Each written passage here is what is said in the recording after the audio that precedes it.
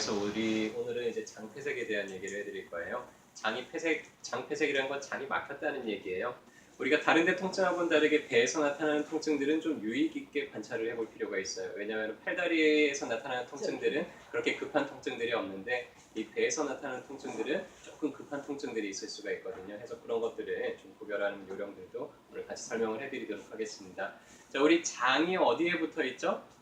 장이 어떻게 이어져 있죠? 입에서 시작해서 식도를 따라서 넘어가죠. 자, 식도 끝이 어디에 있어요? 이 명체 끝에 있어요. 그리고 위장은 어디에 있나요? 위장은 약간 왼쪽으로 있습니다. 그리고 나서 십이지장이 요 가운데 배꼽하고 우리 여기 명체 끝에 가운데 정도의 이 십이지장이 있고요. 그리고 나서 소장은 이 배꼽 둘레로 해가지고는 이제 많이 엉켜 있죠. 그리고 나서 이 소장에서 대장으로 넘어갈 때 이제 오른쪽 아랫배 여기가 맹장이죠. 쭉 위로 올라가서 디귿자 모양으로 해서 내려가면서 여기에서 이제 직장으로 해서 항문으로 빠져나오죠. 그래서 대변이 가득 차가지고 변비가 생긴다 그러면 이제 어느 쪽이 아프냐? 그럼 왼쪽 아랫배가 좀 주로 아프게 되죠. 맹장염은 맹장은 어디에 있다고요? 그럼 이제 오른쪽에 있죠. 자, 이제 장폐색은 요 과정 중에 입에서부터 항문까지 나가는 이 길 어딘가가 막혀 있다는 얘기예요. 근데 주로 뭐 식도나 위장이나 이런 데서 막히기보다 소장이나 대장 쪽에서 주로 많이 막히게 됩니다.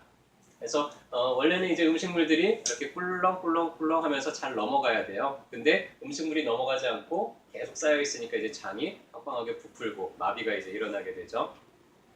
자, 주로 이런 일이 생기는 경우에는 우리가 배를 가르는 수술을 했을 경우에요. 개복 수술을 하고 나서 창자들이 막 엉켰잖아요. 그거 이제 다시 잘 위치를 잡는데 이게 위치가 잘 잡히려면 시간이 좀 걸려요. 그러다 보니까 이제 장끼리 마찰을 빚으면서 복막에 염증이 생기고 그런 것들이 이제 염증이 이후에 늘러붙고 그러다 보니까 음식물이 잘 통과하지 못해서 그러면서 이제 장폐쇄가 발생하는 경우들이 있습니다. 그래서 장이 이런 식으로 이제 눌러붙어 있게 되면은 다시 그거를 유착을 좀 띄어내는 그런 수술을 다시 재수술을 하게 되기도 하죠.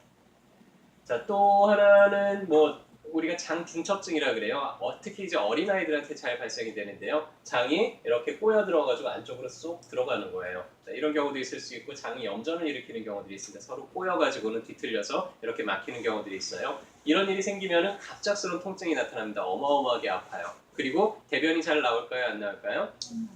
갑자기 대변이 안 나와요. 대변만 안 나올까요? 여기가 막혀 있으니까 갑자기 토하기도 해요. 그래서 어린아이들이 갑자기 배가 너무 아파하면서 토하고 대변을 못 보고 이런 증상들이 생기면은 그때는 한번 좀 유의 깊게 관찰을 해볼 필요가 있습니다. 근데 우리 한약 중에서는 이 장을 확 뚫어주는 종류의 약들도 있어요. 자반이라고 해서 먹으면은 성인들도 몇 알만 먹으면 설사를 그냥 하루에도 막 20번씩 30번씩 이렇게 쫙쫙 할 정도로 아주 강력한 사화제가 있는데요. 그런 경우에 그런 약을 써주면은 이제 장이 틀어짐이 풀려 나오면서 대변을 한번 쫙 보면서 바로 풀어지게 되죠. 혹은 이제 암으로 인해 가지고는 이제 장이 막히는 경우인데 이 경우는 통증이 아주 서서히 그렇게 이제 진행이 되겠죠. 최근 몇 개월 사이에 점점 진행되는 복통, 점점 심해지는 복통 이런 식으로 이제 보통 표현을 하고요. 자, 장이 보통 저런 경우에는 그렇게 크게까지 위험하지는 않은데 어떤 경우가 이제 위험하냐면 장이 이제 괴사가 되는 경우들이 있어요. 막힌 다음에 피가 안 통해서 이런 식으로 이제 꼬여 있는 사이에서 장이 들어가가지고 딱 눌려가지고 이제 피가 안 통한다든지 아니면 탈장이 돼가지고 빠져나온 이 부위가 이제 점점 피가 안 통하면서 된다든지. 자, 피가 안 통하면 무슨 문제가 생길까요? 자, 우리 몸에 있는 조직 중에 피가 안 통하면 무슨 문제가 생길 수 있을까요? 맞아요, 썩어요. 장이 안에서 이제 점점 썩어 들어가기 시작해요. 그러면은 큰일이죠. 염증이 크게 번져나갈 수도 있습니다.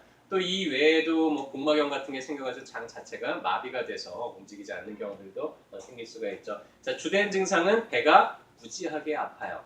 물론 이제 모든 장폐색이 다 무지하게 아픈 건 아닌데 일부 급한 것들은 아주 이제 아프게 되고요. 음식물이 이제 통과를 안 하니까는 대변도 잘 안 나오게 되고 그리고 가스가 차면서 벙벙하게 부풀게 되죠. 배가 마치 임신한 것처럼 빵빵해지기 시작합니다. 갑자기. 그래서 두들겨보면 마치 북 두드리듯이 퉁퉁한 그런 소리가 나요. 자, 그러면서 이제 더 이상 음식물이 진행을 못하니까는 바깥쪽으로 이제 다 나오겠죠. 해서 먹은 음식물이 그대로 막 바깥쪽으로 토한다든지 이런 식으로 증상이 나타나게 되면 우리가 한번 장폐색을 의심을 해볼 수가 있죠. 그래서 배를 여러 군데 이제 눌러보다 보면 어느 한 군데가 상당히 좀 아픈 부위가 나타날 수가 있게 되겠죠.